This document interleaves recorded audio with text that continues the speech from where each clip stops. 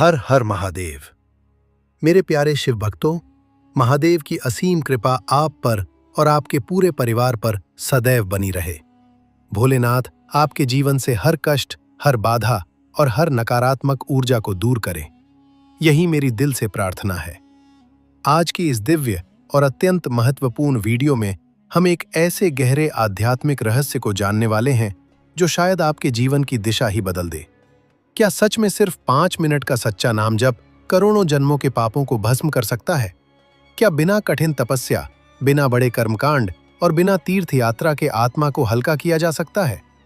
आज हम समझेंगे नाम की उस शक्ति को, समर्पण के उस रहस्य को और उस साधना को जो आपके जीवन के अदृश्य बोझ को धीरे धीरे समाप्त कर सकती है। लेकिन उससे पहले, यदि आप भी भोलेनाथ के सच्चे भक्त हैं तो कमेंट में एक बार हर हर महादेव अवश्य लिखें। और अगर यह वीडियो आपको जरा सा भी पसंद आए, आपके हृदय को छू जाए, तो वीडियो को लाइक जरूर करना। हमारे चैनल पर नए हैं तो सब्सक्राइब अवश्य करें और बेल आइकन भी दबा दें ताकि शिव ज्ञान की यह धारा आप तक लगातार पहुंचती रहे। अब पूरे ध्यान और श्रद्धा के साथ इस वीडियो को अंत तक जरूर देखें, क्योंकि अधूरा ज्ञान हमेशा भ्रम पैदा करता है। तो आइए महादेव का स्मरण करते हुए आज की इस दिव्य यात्रा की ओर बढ़ते हैं। कभी कभी जीवन के बीचों बीच खड़े होकर ऐसा महसूस होता है कि सब कुछ होते हुए भी कुछ कमी है। बाहर से सब सामान्य दिखता है, लोग आपको एक सामान्य इंसान की तरह देखते हैं। आप हंसते हैं, बात करते हैं, काम पर जाते हैं, जिम्मेदारियां निभाते हैं, लेकिन भीतर कहीं एक भारीपन है। ये भारीपन शरीर का नहीं होता, ये मन का भी नहीं होता, ये उससे भी गहरा होता है। जैसे आत्मा पर कोई अनजाना बोझ रखा हो, जैसे कोई अदृश्य हिसाब बाकी हो जिसे चुकाए बिना आगे बढ़ना संभव ना हो। आप पूरी मेहनत करते हैं, ईमानदारी से जीवन जीते हैं, किसी का बुरा नहीं चाहते, फिर भी सफलता बार बार दरवाजे तक आकर लौट जाती है। शांति हाथ में आते आते फिसल जाती है, संतोष की जगह एक खालीपन रह जाता है। और रात के सन्नाटे में जब सब सो जाते हैं, तब ये सवाल भीतर उठता है कि आखिर ऐसा क्यों है? क्या सच में किस्मत साथ नहीं दे रही? क्या ग्रह नक्षत्र प्रतिकूल है, या फिर कोई अदृश्य शक्ति रास्ता रोक रही है? बहुत कम लोग इस प्रश्न को भीतर तक ले जाते हैं। अधिकतर लोग परिस्थितियों को दोष देकर आगे बढ़ जाते हैं। लेकिन जो संवेदनशील आत्माएं होती हैं, वे एक दिन रुककर यह सोचती हैं कि शायद समस्या बाहर नहीं, कहीं बहुत भीतर है। ऐसा भीतर जो सिर्फ इस जन्म तक सीमित नहीं है। शास्त्र कहते हैं कि यह मानव जीवन कोई पहली यात्रा नहीं है, यह एक लंबी यात्रा का एक पड़ाव है। आत्मा अनादि है, उसने अनगिनत रूप धारण किए हैं। 84 लाख योनियों की बात केवल कहानी नहीं, वो एक संकेत है कि चेतना ने अनगिनत अनुभवों से होकर यह शरीर पाया है। और हर अनुभव, हर कर्म, हर भावना कहीं ना कहीं अंकित होती चली गई है। कल्पना कीजिए कि आपके हर जन्म का एक लेखा जोखा है। हर बार जब आपने किसी को दुख दिया, चाहे जानबूझकर या अनजाने में, वो एक रेखा की तरह दर्ज हो गया। हर बार जब आपने किसी की मदद की, वो भी अंकित हो गया।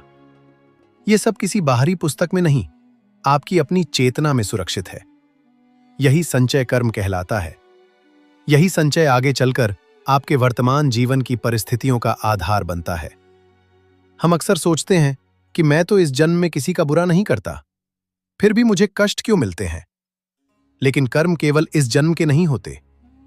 आत्मा अपने साथ एक सूक्ष्म छाया लेकर चलती है, और वही छाया जीवन के सुख दुख को आकार देती है। इसीलिए कई बार बिना कारण मन उदास हो जाता है। सब ठीक होने पर भीतर बेचैनी उठती है, जैसे कोई अनकहा दर्द हो जिसका स्रोत समझ में नहीं आता। ये वही गहराई है जहां पिछले कर्मों की ऊर्जा स्थिर रहती है। ये ऊर्जा दिखाई नहीं देती, पर प्रभाव अवश्य डालती है। जैसे हवा को नहीं देखा जा सकता, पर उसका स्पर्श महसूस होता है। ठीक उसी तरह कर्मों की छाया जीवन में अनुभव बनकर प्रकट होती है। यही कारण है कि कुछ लोग कम प्रयास में भी आगे बढ़ जाते हैं, और कुछ लोग अथक परिश्रम के बाद भी संघर्ष में उलझे रहते हैं। ये तुलना करने का विषय नहीं, समझने का विषय है। अब प्रश्न उठता है कि यदि ये सब इतना गहरा और जटिल है, तो समाधान क्या है? क्या हमें अपने हर पिछले जन्म का हिसाब जानना होगा? क्या हमें किसी कठिन तपस्या से गुजरना होगा? क्या हमें जंगलों में जाकर वर्षों तक ध्यान करना होगा?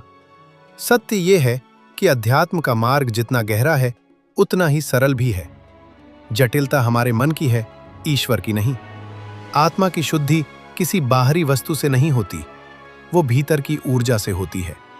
जिस प्रकार अंधकार को हटाने के लिए अंधकार से लड़ना नहीं पड़ता, केवल एक दीपक जलाना पड़ता है, उसी प्रकार कर्मों की मैल को हटाने के लिए एक ऐसी शक्ति चाहिए जो उनसे अधिक प्रकाशमान हो।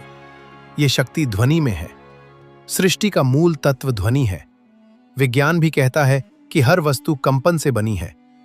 परमाणु स्थिर नहीं, गतिशील है। हर वस्तु के भीतर एक सूक्ष्म स्पंदन है।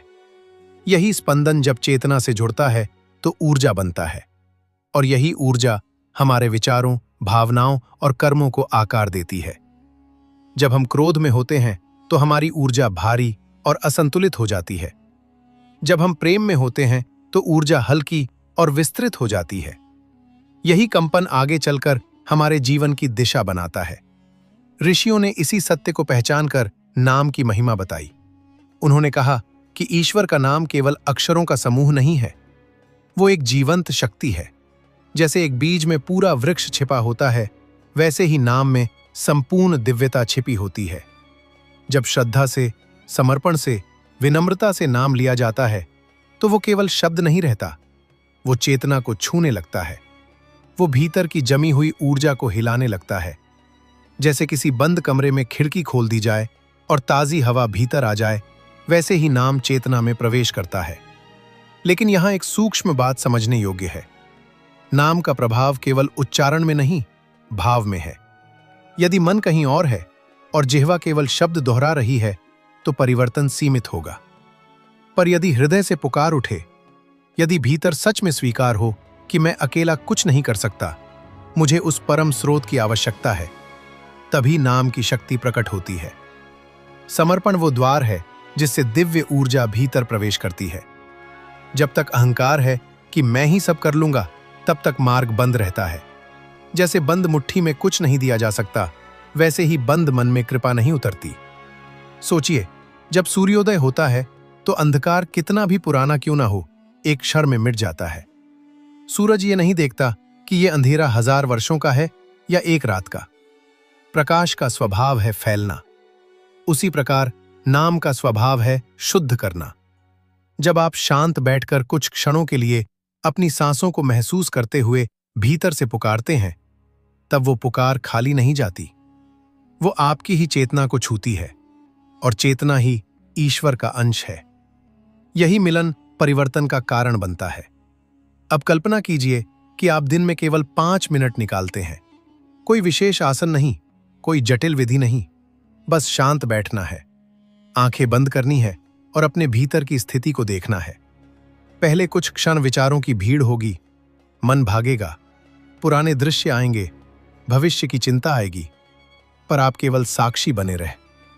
धीरे धीरे जैसे धूल बैठती है, वैसे ही विचार शांत होने लगेंगे। फिर उस गहराई में एक खाली स्थान महसूस होगा। उसी स्थान में नाम को बसाना है, बहुत धीमे, बहुत कोमलता से। जैसे कोई बच्चा मां को पुकारता है, वैसे ही भीतर से पुकारना है। जब यह पुकार सच्ची होती है, तब एक सूक्ष्म परिवर्तन आरंभ होता है। पहले यह बहुत हल्का लगता है, जैसे कंधों से थोड़ा बोझ उतरा हो। फिर धीरे धीरे यह परिवर्तन जीवन में दिखाई देने लगता है। प्रतिक्रियाएं बदलने लगती हैं, क्रोध कम होने लगता है, चिंता हल्की होने लगती है। भीतर एक भरोसा जागने लगता है कि मैं अकेला नहीं हूं। यही भरोसा सबसे बड़ा उपचार है, क्योंकि कर्मों की छाया तभी भारी लगती है जब हम स्वयं को अकेला समझते हैं। जब हमें अनुभव होता है कि एक परम शक्ति मेरे साथ है, तब बोझ हल्का हो जाता है। यह कोई चमत्कारिक कहानी नहीं, यह चेतना का विज्ञान है। जब आप नाम में डूबते हैं तो आपकी ऊर्जा की तरंग बदलती है, और जब तरंग बदलती है तो आकर्षण बदलता है। परिस्थितियां धीरे धीरे उसी नई ऊर्जा के अनुसार ढलने लगती हैं। ये तुरंत भी हो सकता है और धीरे धीरे भी, पर परिवर्तन निश्चित है, क्योंकि प्रकृति का नियम है कि जैसी तरंग वैसा परिणाम। इसलिए यदि आपको लगता है कि जीवन में कहीं कुछ अटका हुआ है, यदि आपको लगता है कि भीतर कोई अनजाना भार है, तो उससे लड़िए मत, उसे दबाइए मत, उसे समझिए, उसे स्वीकार कीजिए और फिर शांत होकर उस परम स्रोत की ओर मुड़ जाइए। 5 मिनट पर्याप्त है यदि वे सच्चे हों, क्योंकि समय की लंबाई नहीं, भावना की गहराई काम करती है। और जब भावना सच्ची होती है, तब नाम केवल ध्वनि नहीं रहता, वो सेतु बन जाता है आत्मा और परमात्मा के बीच। यही से परिवर्तन आरंभ होता है, यही से कर्मों की गांठें ढीली पड़ने लगती हैं, यहीं से आत्मा हल्की होने लगती है और यहीं से जीवन एक बोझ नहीं, एक अवसर प्रतीत होने लगता है। जब कोई साधक वास्तव में इस 5 मिनट की साधना को अपनाता है, तो धीरे धीरे उसे एहसास होने लगता है कि वो केवल बैठ नहीं रहा, वो अपने ही भीतर एक दरवाजा खोल रहा है। पहले कुछ दिन ये सब केवल एक अभ्यास जैसा लगता है। मन बार बार भागता है, शरीर बेचैन होता है, कभी नींद आने लगती है, कभी अनगिनत विचारों का जाल और भी घना हो जाता है। कई लोग यहीं रुक जाते हैं, उन्हें लगता है कि ये उनके बस की बात नहीं, पर सच तो ये है कि यही वो पहली परत है जिसे पार करना होता है। जैसे किसी शांत झील के ऊपर की सतह पर काई जमी हो, तो पहले उसे हटाना पड़ता है, तभी नीचे का निर्मल जल दिखाई देता है। मन की ये बेचैनी भी उसी काय की तरह है। वो संकेत है कि भीतर बहुत कुछ जमा है जो वर्षों से, जन्मों से अनछुआ पड़ा था। जब आप लगातार बैठते हैं, केवल 5 मिनट ही सही, तो मन धीरे धीरे समझने लगता है कि अब उसे भागने की अनुमति नहीं है।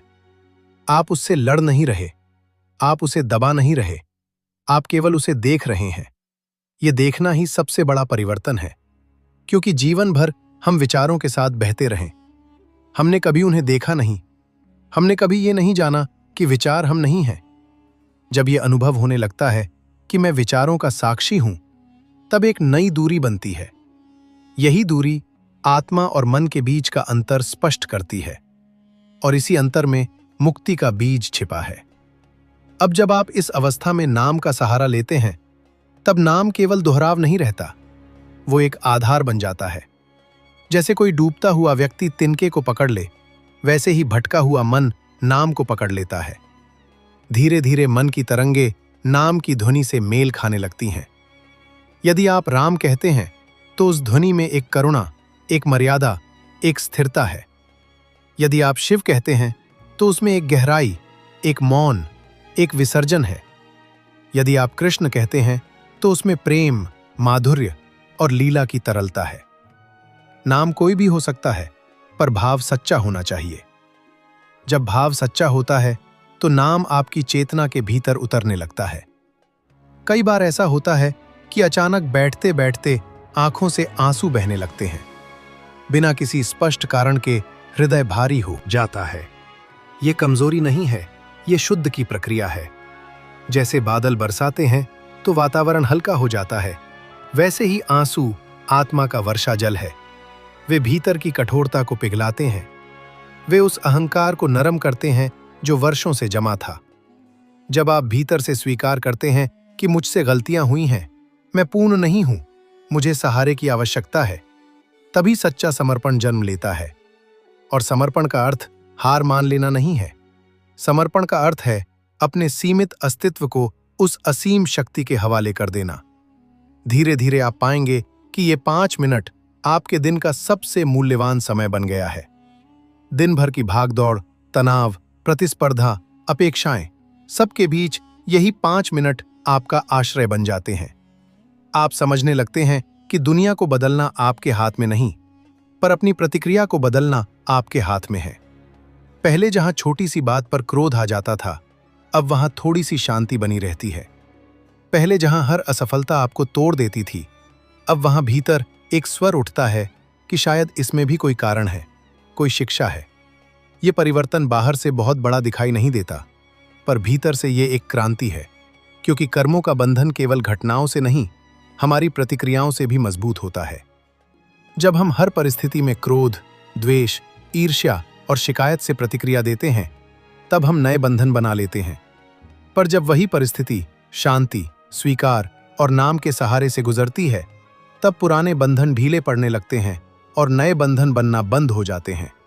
यही असली मुक्ति की शुरुआत है। एक समय ऐसा आता है जब साधक को महसूस होने लगता है कि वह अकेला नहीं बैठा है।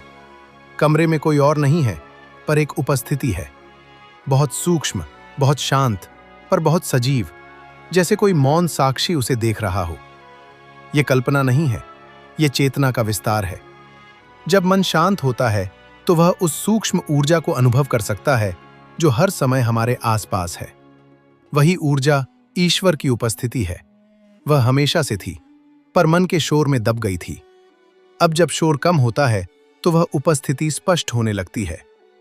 इस अवस्था में नाम जप एक यांत्रिक क्रिया नहीं रहता, वह एक मिलन बन जाता है। जैसे कोई प्रिय व्यक्ति दूर से आता दिखाई दे और हृदय स्वयं ही उसके स्वागत में खिल उठे, वैसे ही नाम लेते ही भीतर आनंद की लहर उठती है। अब आप नाम इसलिए नहीं जपते कि पाप मिट जाए या समस्याएं दूर हो जाएं। आप नाम इसलिए जपते हैं क्योंकि उसमें आपको शांति मिलती है, और जब जप स्वार्थ से मुक्त हो जाता है तभी उसका प्रभाव गहरा होता है, क्योंकि तब वह सौदा नहीं, प्रेम बन जाता है। यही एक और रहस्य छिपा है। हम अक्सर सोचते हैं कि पहले हमारे जीवन की समस्याएं समाप्त हों, तब हम शांत होंगे, पर सच्चाई उल्टी है। जब हम भीतर से शांत होते हैं तब समस्याओं का प्रभाव कम हो जाता है। कुछ समस्याएं अपने आप हल हो जाती हैं, कुछ का सामना करने की शक्ति मिल जाती है, और कुछ हमें भीतर से इतना मजबूत बना देती हैं कि वे बोझ नहीं लगती। यही नाम की शक्ति है। वह परिस्थिति को हमेशा नहीं बदलता, पर परिस्थिति के प्रति हमारी चेतना को बदल देता है, और जब चेतना बदलती है तो संसार का अनुभव बदल जाता है। धीरे धीरे ये 5 मिनट आपके पूरे दिन में फैलने लगते हैं। अब केवल बैठने का समय ही नहीं, चलते फिरते, काम करते, गाड़ी चलाते, खाना बनाते, हर जगह भीतर कहीं नाम की एक हल्की सी धारा बहने लगती है। ये धारा बहुत धीमी होती है, पर निरंतर होती है। जैसे किसी नदी के किनारे बैठकर उसकी आवाज सुनाई देती रहती है, वैसे ही भीतर नाम का स्पंदन बना रहता है, और यही निरंतरता कर्मों की जमी हुई परतों को धीरे धीरे घोलने लगती है। एक दिन आप अचानक पीछे मुड़कर देखते हैं और पाते हैं कि आप वही व्यक्ति नहीं रहे जो कुछ महीनों पहले थे। आपके भीतर एक स्थिरता आ गई है। पहले जहां हर आलोचना चुभती थी, अब वहां एक मुस्कान आ जाती है। पहले जहां हर अपेक्षा टूटने पर दर्द होता था, अब वहां स्वीकार है। यह परिवर्तन बाहर से साधारण लगता है, पर आत्मा के स्तर पर यह गहरा शुद्धिकरण है, क्योंकि कर्मों का असली बंधन भीतर की प्रतिक्रियाओं से ही तो बना था। अब आपको समझ में आने लगता है कि करोड़ों जन्मों के पापों को जलाने का अर्थ कोई जादुई घटना नहीं, बल्कि चेतना का रूपांतरण है।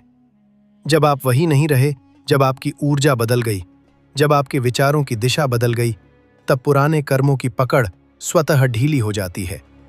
जैसे सूखे पत्ते हवा के हल्के झोंके से उड़ जाते हैं, वैसे ही जमी हुई ऊर्जा नाम की अग्नि में धीरे धीरे भस्म होने लगती है। और सबसे सुंदर बात यह है कि ये सब किसी विशेष योग्यता पर निर्भर नहीं। आपको विद्वान होने की आवश्यकता नहीं, आपको शास्त्रों का गहरा ज्ञान होने की आवश्यकता नहीं। आपको केवल सच्चा होना है, अपने भीतर की स्थिति के प्रति ईमानदार होना है। यह स्वीकार करना है कि मैं पूर्ण नहीं हूं, पर मैं प्रयास कर सकता हूं। मैं हर दिन 5 मिनट अपने आत्मा के लिए दे सकता हूं, और यही 5 मिनट धीरे धीरे आपके जीवन का आधार बन जाते हैं। अब आप समझने लगते हैं कि असली चमत्कार बाहर नहीं, भीतर होता है, और जब भीतर प्रकाश जलता है तब बाहर का अंधकार अपने आप कम हो जाता है। यही नाम का विज्ञान है, यही समर्पण का रहस्य है, यही वो मार्ग है जो सरल भी है और गहरा भी। और जब साधक इस मार्ग पर चलता रहे कि वो केवल कर्मों से मुक्त नहीं हो रहा, वो अपने वास्तविक स्वरूप के निकट आ रहा है, वो उस शांति के निकट आ रहा है जो कभी खोई ही नहीं थी, केवल भुला दी गई थी। जब साधना निरंतर हो जाती है, जब ये केवल एक प्रयोग नहीं बल्कि जीवन का हिस्सा बन जाती है, तब उसके परिणाम दिखाई नहीं देते, महसूस होते हैं। पहले आपने 5 मिनट बैठकर नाम जपा था, अब 5 मिनट आपको बुलाने लगे हैं।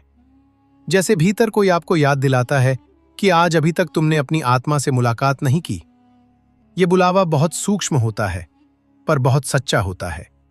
यही वो संकेत है कि साधना बाहर से भीतर उतर चुकी है। अब यह केवल एक क्रिया नहीं रही, यह संबंध बन गई है। धीरे धीरे एक दिन ऐसा आता है जब आप बैठते हैं और मन उतना उग्र नहीं होता जितना पहले हुआ करता था। विचार आते हैं पर उनकी पकड़ कमजोर होती है। भावनाएं उठती हैं प्रकि वे आपको बहाकर नहीं ले जाती। जैसे आप नदी के बीच खड़े हों और पानी बह रहा हो, पर आपके पैर जमीन पर मजबूती से टिके हों। यही स्थिरता साधना का पहला पुष्प है। यह स्थिरता आपको बताती है कि भीतर कुछ बदल चुका है। पहले जो हल्की सी बात आपको घंटों परेशान करती थी, अब वो कुछ ही क्षणों में शांत हो जाती है। पहले जहां आप अपने दुखों को लेकर अकेले रोते थे, अब वहां भीतर एक भरोसा है कि जो हो रहा है वो किसी गहरी योजना का हिस्सा है। और यहीं से कर्मों की जंजीरें सच में ढीली पड़ने लगती हैं, क्योंकि कर्म केवल बाहरी घटनाएं नहीं हैं, वे भीतर की प्रतिक्रियाओं से बंधे होते हैं। जब आप हर स्थिति में शिकायत करते हैं, तब आप नया बंधन बना लेते हैं। जब आप हर परिस्थिति को स्वीकार कर लेते हैं और नाम के सहारे उसे पार करते हैं, तब पुराना बंधन टूटने लगता है। यही वो अग्नि है जिसके बारे में ऋषियों ने कहा था कि ये अग्नि पापों को भस्म कर देती है। ये अग्नि बाहर नहीं जलती, ये भीतर जलती है। और जब ये भीतर जलती है तो वो केवल अतीत की मैल को नहीं हटाती, वो वर्तमान को भी प्रकाशित कर देती है। कभी कभी इस अवस्था में आपको ऐसा अनुभव हो सकता है जैसे भीतर बहुत गहरा मौन उतर आया हो। ऐसा मौन जिसमें कोई शब्द नहीं, कोई मांग नहीं, कोई डर नहीं, केवल एक शांत विस्तार। जैसे आप आकाश बन गए हों और बादल आते जाते हों, पर आकाश प्रभावित न हो। यही आत्मा का वास्तविक स्वरूप है। सच्चित आनंद, शुद्ध अस्तित्व, शुद्ध चेतना और शुद्ध आनंद। ये कहीं बाहर नहीं था, ये हमेशा से आपके भीतर था। बस कर्मों की धूल ने उसे ढक रखा था। नाम की धारा ने उस धूल को धीरे धीरे साफ कर दिया। और तब आप समझते हैं कि करोड़ों जन्मों के पापों को जलाने का अर्थ ये नहीं कि अचानक आपके जीवन में कोई चमत्कारिक घटना घट जाएगी। असली चमत्कार ये है कि आप बदल जाते हैं, आपकी दृष्टि बदल जाती है। पहले जहां आप हर बात को व्यक्तिगत रूप से लेते थे, अब आप उसे व्यापक दृष्टि से देखते हैं। पहले जहां आप हर सफलता को अपना श्रेय मानते थे और हर असफलता को अपना अपमान, अब आप जानते हैं कि आप केवल एक माध्यम हैं।